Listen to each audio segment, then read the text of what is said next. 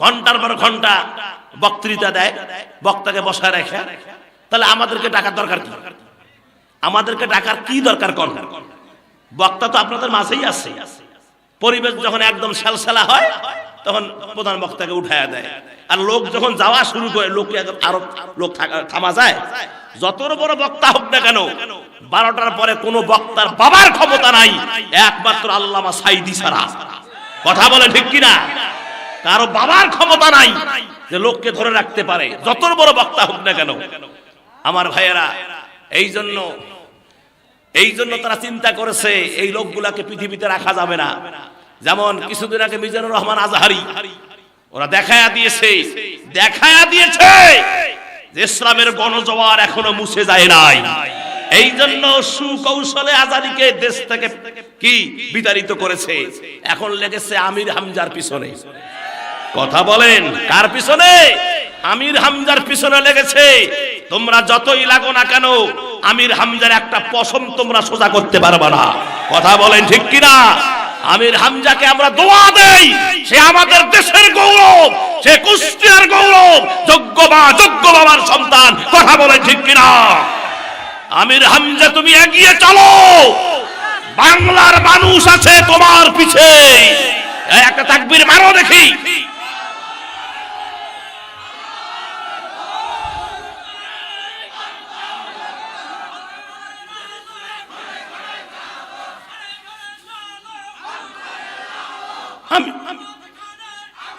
আমির হামজা গিয়ে চলো।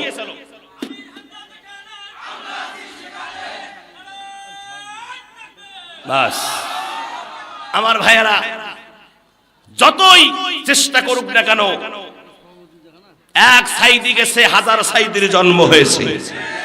এক আজহারি গেছে, হাজার আজহারির জন্ম হয়েছে বাংলাদেশে। এক আমির হামজা জেলখানায় ছিল, হাজারো আমির হামজা ডানা মিলে উড়ে বেড়াইছে। কথা বলেন, আপনাদের নীলফামারীতে এই যে আলমগীর হোসেন বিপ্লবী, আবু বকর সিদ্দিক, কথা কেন সানি আমির হামজা, ডুপ্লিকেট আমির হামজা। কথা বলেন। বিদে আমার ভাইয়েরা, ইসলামের গণজোয়ার থামিয়ে রাখা, দমিয়ে রাখা যাবে না। কেউ পারে নাই, পারবেও না ইনশাআল্লাহ। জয় আমাদের হবে। জয় আমাদের কি হবে?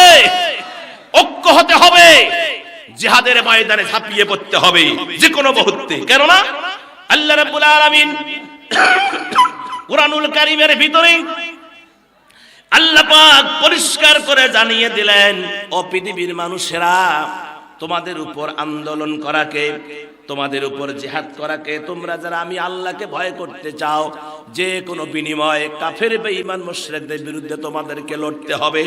যারা দিনকে পৃথিবী থেকে ডিলিট করে দিতে চায়, যারা আল্লাহর নামকে পৃথিবী থেকে ডিলিট করে দিতে চায়, আল্লাহ চেনা থেকে যারা মানুষদেরকে বিরত রাখে, যারা তাফসীর মাহফিলকে বন্ধ করে দেয়, প্রয়োজনে তাদের বিরুদ্ধে তোমরা যুদ্ধ ঘোষণা করো।